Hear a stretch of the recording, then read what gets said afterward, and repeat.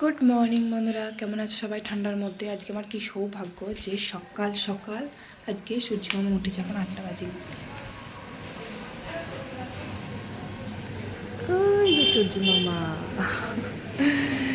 আমার এই দিকটা কেমন ঘেরা দেখেছে চারিদিকে, মানে ভেজা যে জামা কাপড়গুলো থাকে সব আমি ওখানে মেলে দিই, ঠান্ডাটা ঢোকে না। আমি কবে থেকে বলছি একটা পলিথিন কিনে নিয়ে আসে, সাদা সাদা হয়েছে কী বলে তিরপলের মতো, ওটা নিয়ে আসলে আমি ওই চারিদিক দিয়ে ঘিরে দেবো।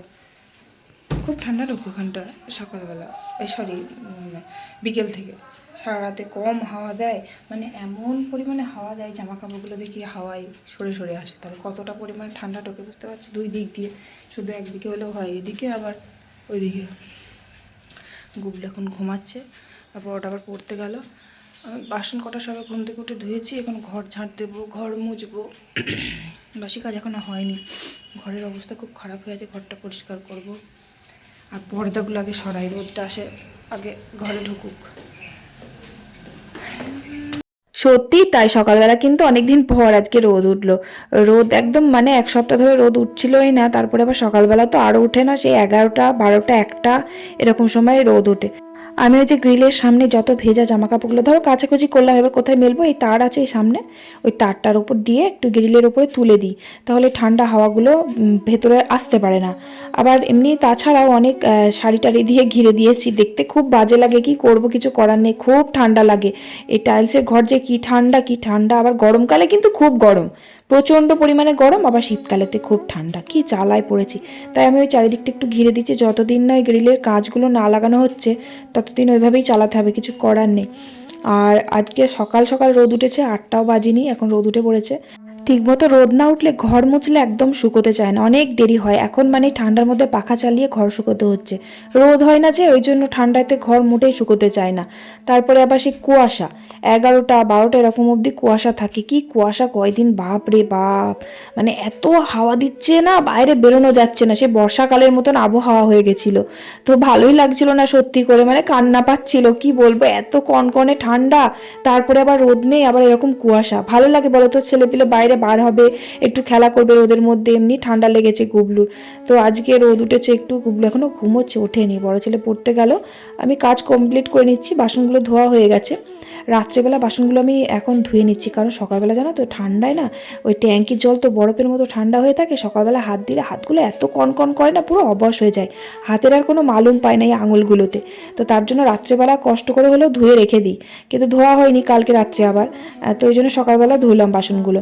রাত্রেবেলা খাবার খেতে খেতে সেই 10:30টা বেজে যাচ্ছে, মানে আমি খেয়ে দিয়ে উঠছি তখন 11:15 এরকম বাজছে। এবার অত রাত্রেবেলা আর বাসন ধুতে তখন আর মন চায় না, মানে এক একদিন দেখি তাড়াতাড়ি হয়ে যায়, কাজ করতে করতে শরীরের শীতটা কম লাগে, শরীর গরম থাকে, কাজ করলে দেখবে শরীরে অত শীত লাগে না, গরমই লাগে। তো তখন কিন্তু বাসনগুলো ধোয়া হয়ে যায়। এবার যদি ওই লেপের ভেতর কম্বলের ভেতর যাই মানে ঢুকে পড়ি না, তখন আর বার হতে ইচ্ছা করে না, যে ঠান্ডা জলে আবার গিয়ে বাসনগুলো ধোবো, তখন আর মন চায় না। তাই জন্য ওরকম করে করে ধোয়া হয় না, আবার যেদিনকে হয় সেদিন আমি ধুয়ে ফেলি। খা, দেরি হয়ে যাচ্ছে তো, বাটিটা এখানে নিয়ে এক আছে, দিবি না একটু? যাবো, দিবি না আমাকে একটু? দে আমাকে।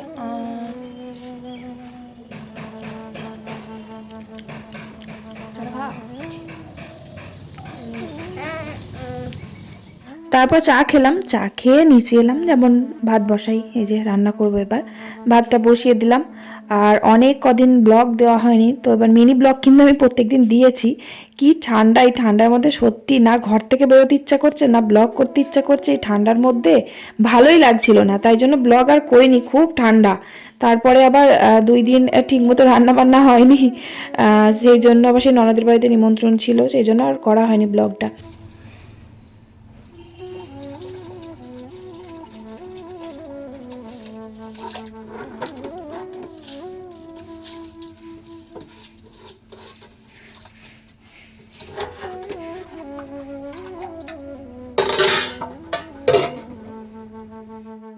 আমাদের জমিতে এখন ভুড়ি ভুড়ি পালং শাক হয়েছে, ওই পালং শাক তুলে নিয়ে আসছে প্রত্যেকদিন, আর পালং শাক রান্না করো।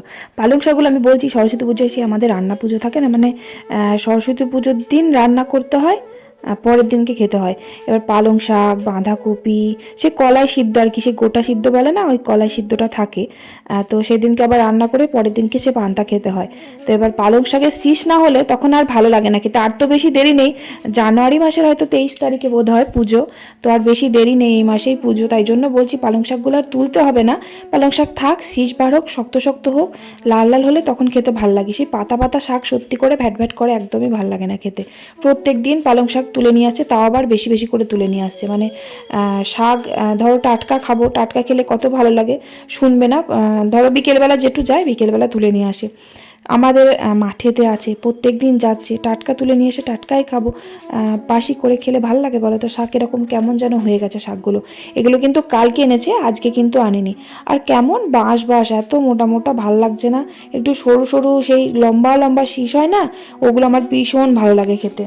তো ওদিকে ভাত বসিয়ে দিয়ে আসলাম আর পালং শাকগুলো কেটে রেখে দিয়ে আসলাম।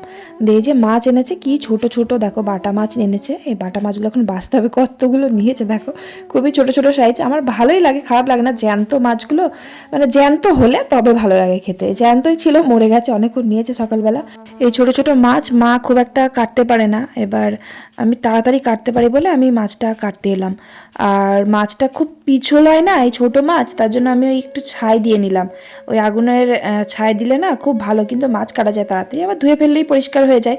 ছাই দিলে আমি ফটাফট মাছটা কাটতে পারি। আর ছোটো ছোটো মাছ তো খুব দেরি হয়, এই মাছগুলো এগুলো সব একটা একটা করে কাটতে হয়, আবার আঁশ ছাড়াতে হয়। আঁশ তো আমি ছাড়িয়ে নিই না, আঁশ ওই কাটার পর ওই ঘষে ঘষে নিই ওই সানটার মধ্যে, তাহলে তাড়াতাড়ি হয়ে যায়।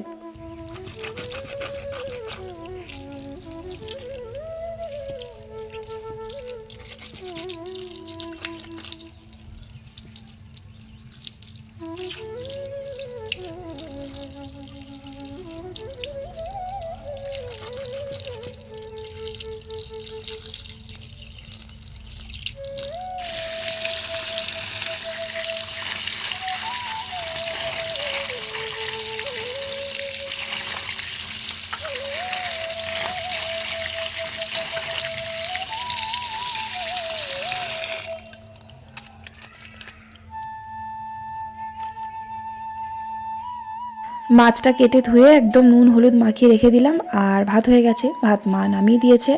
আর এই যে গোটা গোটা সিম মাকে কেটে রাখতে বলেছিলাম, মা গোটা গোটা সিম কেটে রেখে দিয়েছে, ভাজা করব। একটু তেলের মধ্যে শুকনো লঙ্কা আর একটু কালো জিরে ফোড়ন দিয়েছি, দিয়ে সিমগুলো গোটা গোটায় ভাজবো। সিম কিন্তু কেটে কেটে মা ভাজে, কিন্তু কেটে কেটে ভাজার থেকে গোটা গোটা সিম ভাজলে খেতেও ভালো লাগে, তাড়াতাড়ি সেদ্ধও হয়ে যায়। আমার তো খুব ভালো লাগে, ছোটোবেলায় এরকম সিম ভাজা খেতে খুব ভালোবাসতাম, মানে বিয়ের আগে এরকম গোটা গোটা সিম ভাজতো মা, আমার খুব ভালো লাগতো খেতে। এখন আমি এইভাবেই ভাজি, যখন আমি ভাজি গোটা গোটাই আমার ভালো লাগে। আবার যখন মা বলে একটু ছোট ছোট করে কেটে দাও, তখন আবার কেটে কেটে ভাজি। গোটা সিমটা কিন্তু বেশি টেস্টি লাগে খেতে। আর সিম কিন্তু অনেক রকমের আছে আমাদের বাড়িতে, যেমন যে সিমটা আছে ওটা একদম পাতলা, আবার মোটা মোটা সিম আছে, তারপরে আবার সরু সিম আছে। এই সিমটা কিন্তু খেতে খুব ভালো হয়। আর আমাদের বাড়িতে যেটা আছে সেটা খুবই পাতলা একদম, ওটাও কিন্তু খেতে খুব ভালো হয়, ভীষণ মিষ্টি সিমটা। সিমটা ভাজলাম, ভেজে তারপর মাছগুলো ভেজে নিলাম। আমার গুবলু সোনা ওরকম মাছ ভাজা দিয়ে ভাত খেতে খুব ভালোবাসে।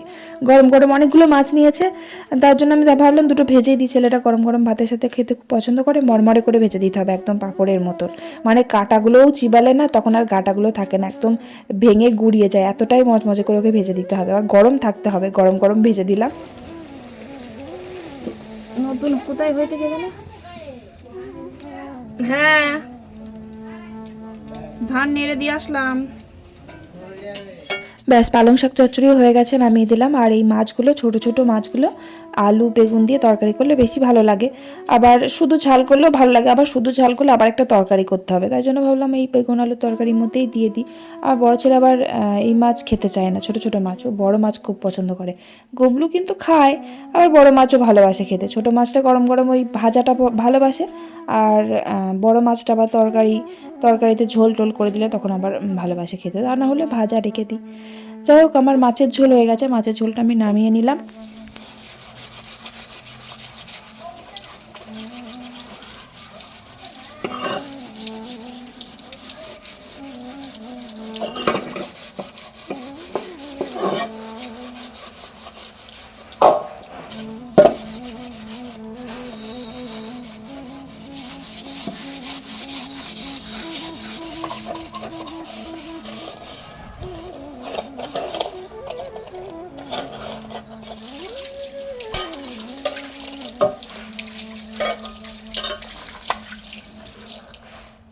রান্না শেষ করে কড়াইটা একদম মেজে আমি ছাদে এলাম। আরও যে মা ওখানে শুয়ে আছে, আমার ছেলেও আছে ওখানে, মায়ের কাছেই আছে আমার গুবলু। আর আমি ছাদটা পরিষ্কার করব। ছাদটা সে অনেক দিন থেকে ছাদে ধান রয়েছে, এবার ধান তো শুকোয়নি, ছাদে রোদ হয়নি, মানে রোদ উঠেনি, তো ধানটা শুকোবে কি করে। তো আজকে একটু রোদ হয়েছে বলে ধানটা খুলে দেওয়া হয়েছে, কিন্তু ধান আজকেও শুকোবে না। ছাদটা সে গাছ টাছ লাগিয়েছিলাম, মাটি টাটি পড়ে আছে, এত নোংরা হয়েছে, মানে ছাদে আসা যাচ্ছে না, এত পরিমাণ নোংরা। মানে আজকে ঝাড় দিতেই হবে, কিছু করার নেই। তো তার জন্য আমি ছাদটা ঝাড় দিয়ে নিলাম, ওই যেটুকু মানে ধানটা আছে সেটুকু বাদ দিয়ে বাকি সাইডগুলো খুব সাবধানে ঝাড় দিয়ে নিলাম, যাতে নোংরা গিয়ে না পড়ে ধানের মধ্যে।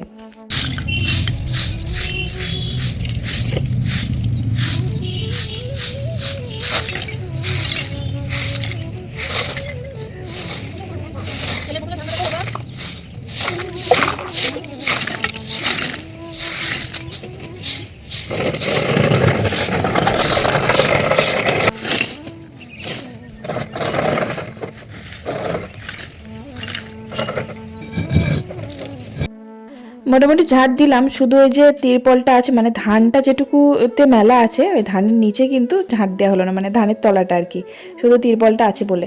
আর ধানটা উঠে যাক, তখন আবার আরেকবার ঝাড় দিয়ে দেবো।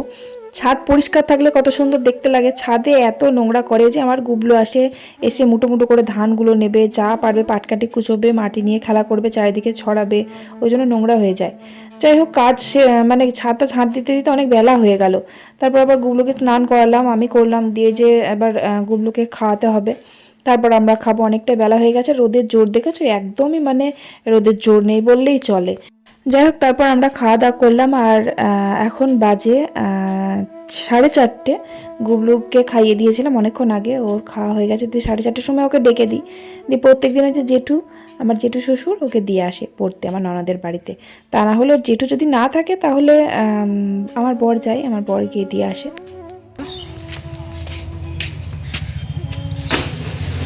পিসিদের বাড়িতে কাজ ছিল না, 4 দিন পড়ায়নি, তারপরে আবার বাড়ি ছিল না, অনেকদিন ছুটি খেয়ে নিল আবার কি। আমার নতুন বই খাতা দিয়ে পাঠালাম, ভুলিয়ে ভালিয়ে। পড়তে যাবো না বলে না, পড়তে যায়, কিন্তু দুষ্টুমি করে বেশি, পড়া করে না।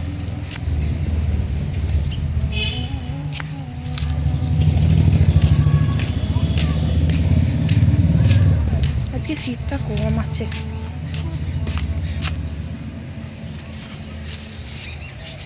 দেখি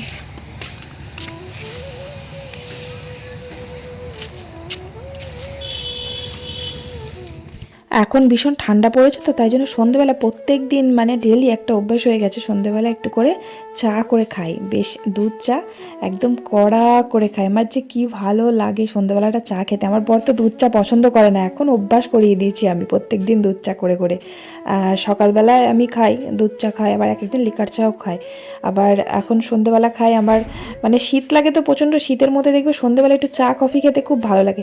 আমার বড় ছেলে তো কফি খেতে খুব ভালোবাসে, ও চাটা পছন্দ করে না, কফি দাও প্রত্যেক দিন কফি খেয়ে নেবে। কিন্তু আমার কফির থেকে আমার দুধ চাটা বেশি ভালো লাগে খেতে। দুধ চায়ের সাথে দুটো মুড়ি খাওয়া যায়, যে কফির সাথে মুড়ি ভালো লাগে না। তো এবার পাঁপড় ভেজেছি লম্বা লম্বা পাইপের মতন, ওই পাঁপড়গুলো আমার ভীষণ ভালো লাগে। আমার গুবলু সোনা বেশি ভালোবাসে, আমার বড় ছেলে আবার পাঁপড় টাপড় পছন্দ করে, মানে তৈলাক্ত জিনিস পছন্দ করে না। ওই চপ সিঙ্গারা তেল তেল থাকে তো, পাঁপড়ের মধ্যে একটু তেল তেল লেগে থাকলে একদম পছন্দ করে না এসব খেতে। আর গুবলু নেই, গুবলু আছে মায়ের কাছে নিচে, আমি পাঁপড় নিচে দিয়ে এসেছি, মা গুবলু দাদু মিলে সব একসাথে বসে খাচ্ছে, আর আমরা উপরে দুটো মুড়ি মাখলাম চানাচুর দিয়ে, আর ওই পাঁপড়গুলো ভাজলাম, আর একটু চা করলাম, দুধ চা। আমার বর এখন মানে দুধ চা ফেভারিট হয়ে গেছে, সন্ধ্যেবেলা এখন খায়, আগেও খেত না দুধ চাটা, ওর লিকা চা ফেভারিট, আবার চিনি কম, চিনি একদম বেশি খায় না, তো এখন দুধ চা খেতে খুব ভালোবাসে, দুধ চাটাও খায়। তো যাই হোক, চলো আর ভিডিওটা বেশি বাড়ালাম না, ভালো লাগলে অবশ্যই লাইক করে কমেন্ট করে দিও, ভালো থেকো সবাই। আর রোজ রোজ ব্লগ দেওয়ার চেষ্টা করব, তবে মিনি ব্লগগুলো প্লিজ তোমরা দেখো, মিনি ব্লগ কিন্তু আমি প্রত্যেক দিন দিচ্ছি, মিনি ব্লগটাও দেখো। যাই হোক, চলো ভালো থেকো সবাই, আজকের মতো tata, bye bye, good night.